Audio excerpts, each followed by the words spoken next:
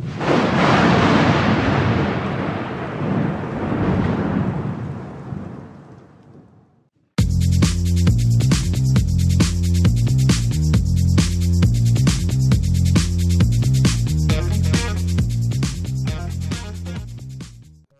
evening.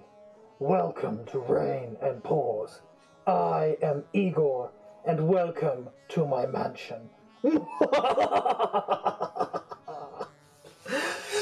Just kidding, guys, it's Mitch. I can't breathe in this thing, it stinks, and I'm allergic to latex, so that was a poor costume choice. Welcome to Rain and Pours, and welcome to the TLP Halloween collaboration. I'm third last in this collaboration, so you've probably seen all of the other amazing artists before me, and following me is Niki D from Niki D Arts, and then Shelley. So, hope you've enjoyed the collaboration so far, and thank you for joining me for my piece. I've already been working on this over the last couple of weeks because there's a couple of different processes that I went through, so you'll be able to see them sped up, skipped over all the boring bits, and you'll be able to see the final piece. So I'll take you down to the canvas and let's get started. I have my canvas here, and the first layer in my pour is going to be a pillow paint because I'm going to do a swipe. So what I have here is just the scraped up paints from a whole heap of old pours all mixed into one to make a black paint. It's not quite true black, it's more like a deep charcoal. It's got a bit of a hint of turquoise to it, hint of blue. I did add a bit of phthalo blue paint to it. It's quite true that once you add things to black, you just end up with black. So all of those paints get mixed into one and we end up with this color here. So it's like a deep dark gray. Now the reason I didn't want pure black for this particular piece is because I'm going to be using a silhouette transparency sheet over the top of this. And when I did try it with pure black, my black tended to get lost on the background, and that's not what I wanted. So I thought a lighter color on the base might help to make that stand out just a little bit more. The colors I'm using for my background here is dioxazine purple mixed with a little bit of this Little Piggy Grenache, and actually add more Grenache than I do dioxazine purple. And the dioxazine purple makes this gorgeous rich wine color. It's really nice and red. This one is TLP Sapphire, so really deep blue, and cameras just don't capture how amazing and sparkly and deep this color is. So you really need to see it for yourself to be able to appreciate how beautiful it is. This one is this Little Piggy Nightfall, which is the deep purple. And the reason I'm layering the colors the way that I am is I'm going to swirl this into a vortex style background, and that's going to provide the base for everything that goes on top. So I'm not too fussed that it looks great. I do want some detail there, a bit of shimmer. And once I add the resin to this piece, it's going to really pop, and you'll see that at the end of the video. So just drizzling on the Nightfall there. And then I'm going to add a little bit of dioxazine purple, I believe, here.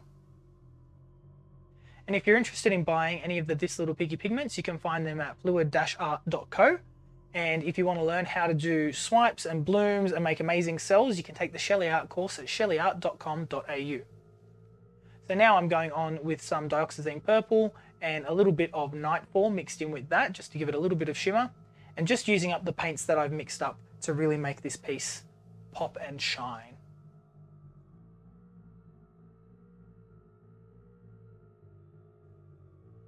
Now I'm taking my Fluid Art Co. Ultimate Spreader number 2. That's the larger size, and just spreading out that paint over the base. Now I made the fatal mistake of not listening to my own advice that I give people, and I tried swiping over an area that I had already swiped, and as you can see it brought up some pillow paint, so I had to try and fix it and bring it up again. And then because I'm a glutton for punishment, I kept spinning it, and I think I tried to swipe it again. Yeah, don't do that, because you end up with this ugly piece of painting that I end up covering up later on.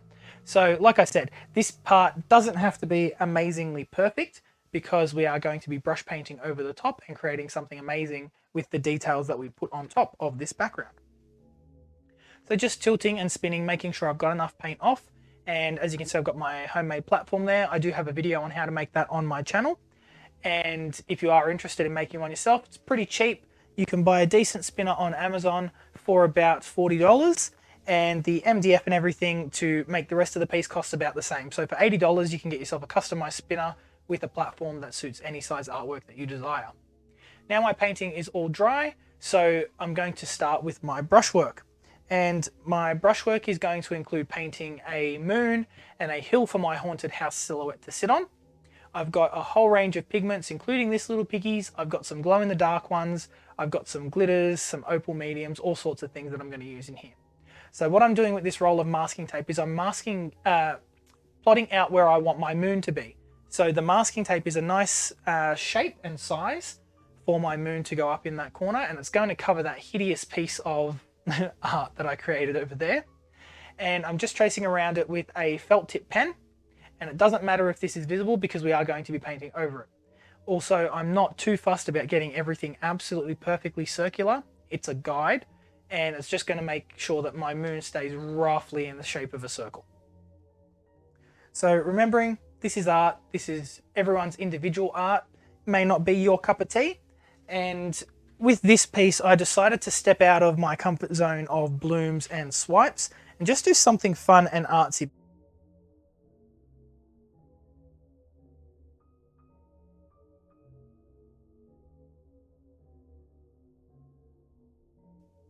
So I thought I'd take my crafter's approach and do some hand painting and just see what I can come up with, see if I can make my vision come to life, which I think I did in the end.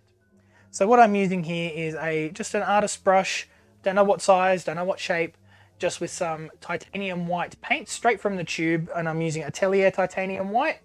Brands of paint don't matter, colors of paint don't really matter. This is all to suit your own personal tastes.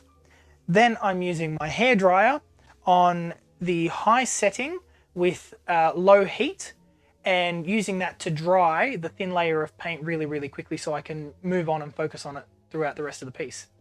Next, I'm doing a second layer of paint and using a sponge. It was actually a brush that the end's broken off. You can see the little end of the sponge there with the handle beside it.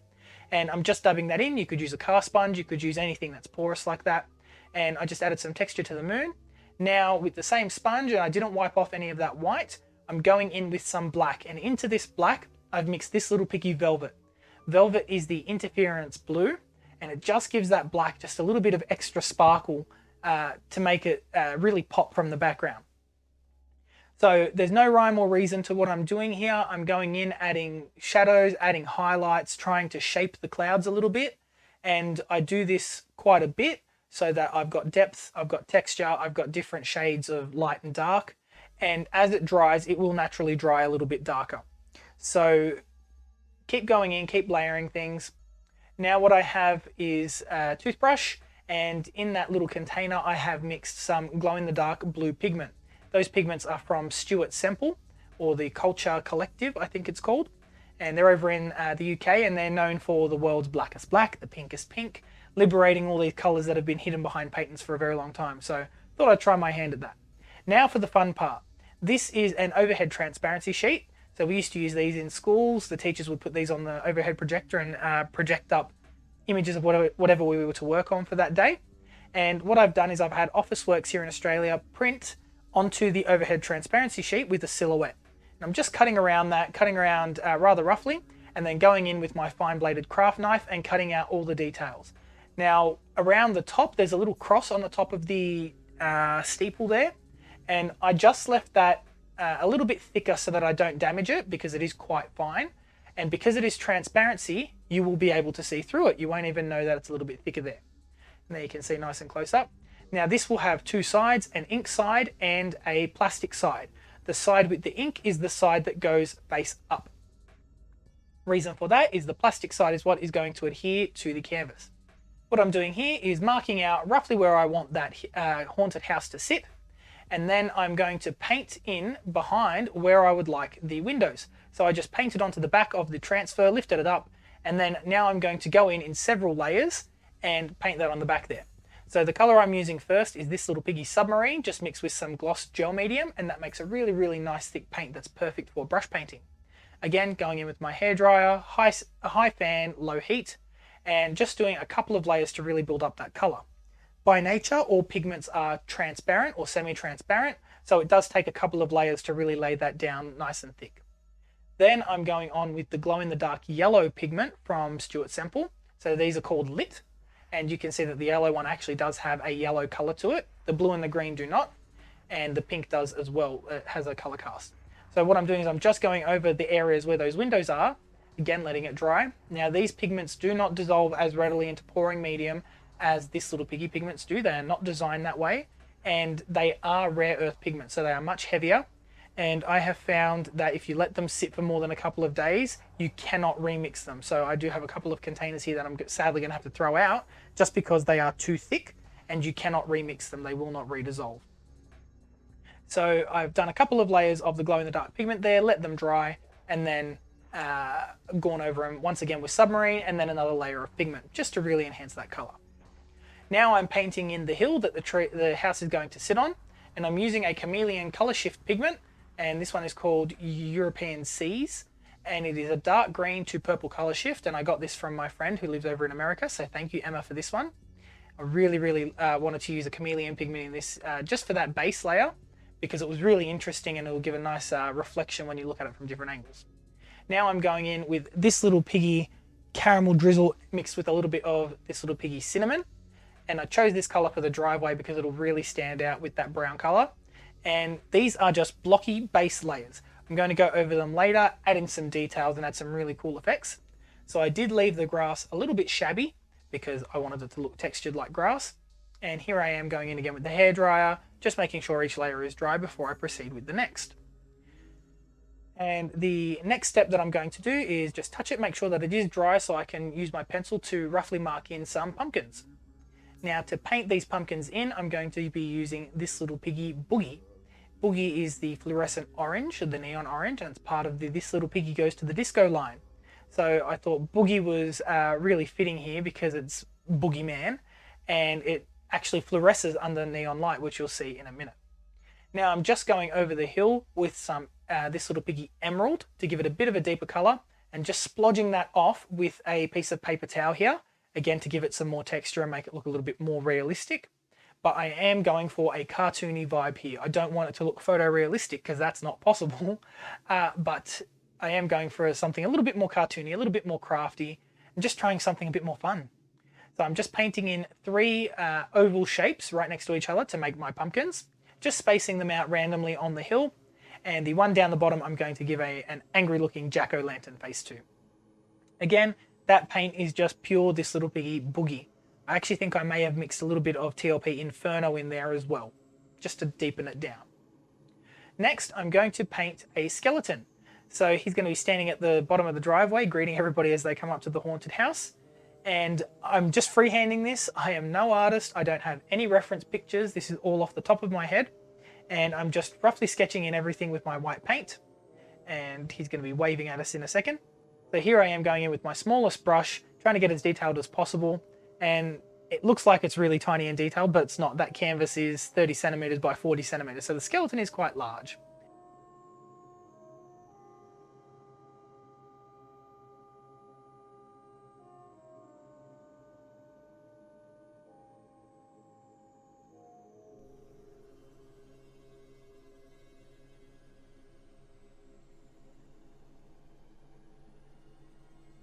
Now what I'm doing, now that I've got that base layer of white down, is going in with the blue lit.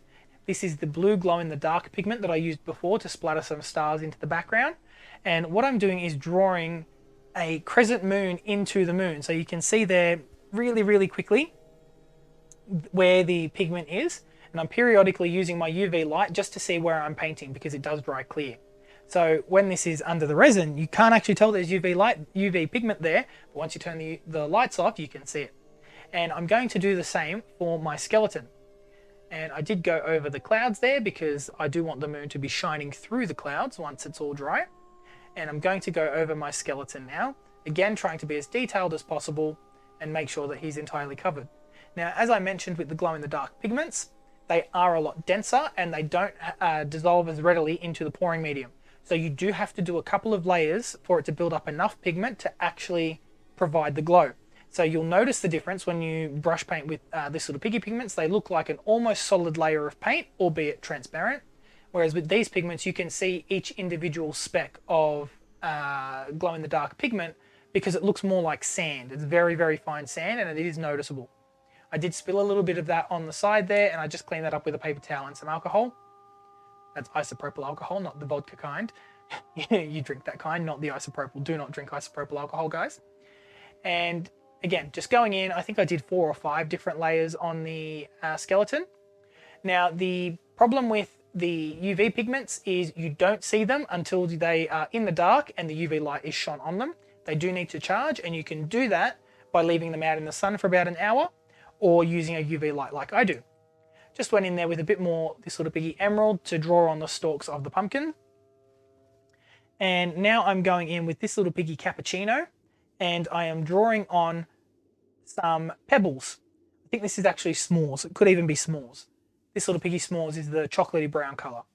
And so that against the coppery tone of the caramel drizzle mixed with cinnamon underneath, you can see a little bit of detail, a little bit of difference. Now I'm just blobbing them on, doing smaller dots further up the hill and larger ones down towards the bottom of the hill to give a bit of perspective. Just testing to make sure that everything is dry. And now I'm going in with my black chisel nib iron lac marker and drawing in some cartoony outline details. You could do this with whatever size marker pen that you like. I chose the bigger chisel nib because I really wanted those large outlines. And there I am drawing the scary face on my pumpkin. And just going around, I do some on the moon, I do some on the skeleton, give him some details, and just making sure that my house is sitting perfectly where I wanted it to. And drawing a couple of bats coming off the roof there. They are the worst looking bats in history. Please don't judge me. Like I said, I am not an artist. I've never been great at drawing. Painting, yes. Drawing, not so much. That top bat's a little bit, looks like he's been on Jenny Craig for a little bit too long. Now I'm removing the house silhouette from my canvas and going in with my 1mm felt tip chrome marker, and here's a zoomed in shot for you, and just drew in a lot of pebbles. It only took me about 5 minutes. It looks like there's a lot, but there's not. Now I'm going with my fine line art line marker in black, just giving some definition to my little skelly boy. And so he's standing there waving at the end of the driveway for us. I can't wait for you guys to see how good this looks in the UV light. So again, going in, details on the moon, and I added some random spots because, believe it or not, you can see those spots when the lights are off, when the glow-in-the-dark pigment is reflecting there. Now, the last little bit of glow-in-the-dark detail that I'm adding are some glow-in-the-dark bushes. So I didn't want the hill to be completely bare when the lights are off and the UV lights are on. And you'll see a couple of different effects happen when we shine the UV light there. The orange will glow really vibrantly while the UV light is on because that will reflect the UV light.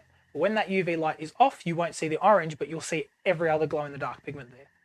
Again, just using, I think this was my 2mm chisel nib chrome pen, and the brand of chrome pen that I use is Liquid Chrome, and it's the 20 years edition, and I think it's a Molotow chrome pen. Just using that to give some definition to my clouds, to my bats, and anything else that I thought needed a little bit of extra sparkle. Now this here that I'm sponging onto the clouds is actually Pebeo Iridescent Blue Black mixed with Floetrol. This is actually a cell activator for the Sheleeart bloom technique that I've had sitting mixed for a couple of months, and I thought why not use it to give that little bit of an extra blue sheen to the clouds, and I'm so happy I did that because in the final result it looks absolutely stunning. Now it's time for the fun part, and that is pouring on the resin. So the whole crux of this technique rests on applying the overhead transfer to the canvas with resin. So what I do first is I make sure that the back of the canvas is secure. And what I do is I cut up a sturdy piece of plastic to the same inner diameter as the back of the canvas, and I prop that in there. And because I have tape in there already, that's not going to move anywhere. If you don't tape up the back of your canvas, you'll need to tape that piece of cardboard to the back. Then what I do is I level it out with my plastic bowls here, and I make sure to put some in the middle so that they are resting perfectly flush with the back of that piece of cardboard. Now it's time to mix up the resin. As always, make sure you're wearing gloves and a respirator. I do the double glove technique, so I pull the bottom glove a bit further down than the top one. So that way when I change my gloves over, I'm not getting resin on my wrists. I use the Stone Coat countertop epoxy, as you briefly saw the video there of the packages, and an Azeto heat gun. Now what I'm doing is spreading the resin on the back of the transfer first, and then a little bit over the area where we're going to apply it. The reason I do this is so that we can eliminate any air bubbles from underneath the overhead transfer. Now, I stupidly skipped a step, and normally I would use UV resin to adhere that just so it sticks, And what ended up happening was my silhouette was floating in the resin and kept sticking up out of the surface. But in saying that, it created a really cool effect, which I'm not hating, and I actually really like what happened. So I may end up using that to my advantage in the future. And you can see instantly how much deeper those colors look as soon as that resin gets applied, and you'll see in just a second how amazing it looks. This is also the perfect opportunity while you have that resin underneath there to move your silhouette around and get it just in that perfect spot, because once it's there, it's there. Go over it again with your heat gun, make sure that everything is nice and clear, your bubbles are popped, and then very lightly with the heat torch. Now what I'm doing is I have some fine blue glitter flakes. I'm just spreading them into the clouds. I'm not overdoing it, as I tend to do with glitter. It's just for tiny little details and reflections in the resin. And again, over the moon with some silver. And I just dust off whatever's left on there on the sky. And now for the final reveal for my Halloween art piece. So the reason I'm doing a voiceover is because this went for 2.5 hours and we had to fit these videos into a 25-minute video. So here I am just explaining what I did with the piece. And you can see there that the silhouette is raised, and that white outline on the side is actually my light reflecting off it. So depending where you hang this on your wall, you could get reflections on any side of the house, which I think is absolutely cool. And I did decide to leave it as is because this will be hanging in my house and I really like that effect. You could do so much with this. You don't have to do a silhouette of a haunted house. You could do a lot of other things. And I do have an in-depth tutorial on how to do it on my channel. I make some silhouette coasters, so that's a 2-part video. And as far as I know, I'm the first person to do this with overhead transfers. I've seen it done with vinyl, but never with overheads.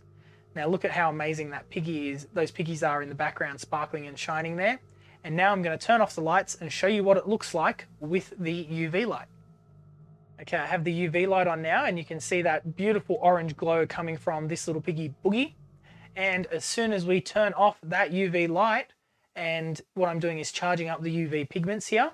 And as soon as you turn off that UV light, those pigments have the ability to absorb and give off their own light. Unfortunately, my DSLR camera does not have the power to capture how amazing that light is, but my phone definitely does. So here we are with the phone camera, and you can see a little skelly boy down there. And once I remove the UV light, you'll be able to see him glowing at the end of the driveway. Now the resin doesn't affect the UV pigments at all because it is clear. The UV light can still get through and charge up those pigments. So like I mentioned earlier, leave them out in the sun for about an hour and these pigments are claimed to be able to glow for up to 12 hours. So there we go. And like I say, phones and cameras just cannot pick up the amazing glow that comes off these things just because the sensors are not powerful enough. So you really have to try this out for yourself to be able to get the full effect of that.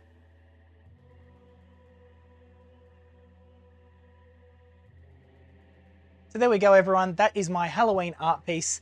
It's a bit cartoony, it's a bit out of my comfort zone. We did pouring, we did hand painting, we did detail work with chrome pens, we did all sorts of stuff to get this to where it's at.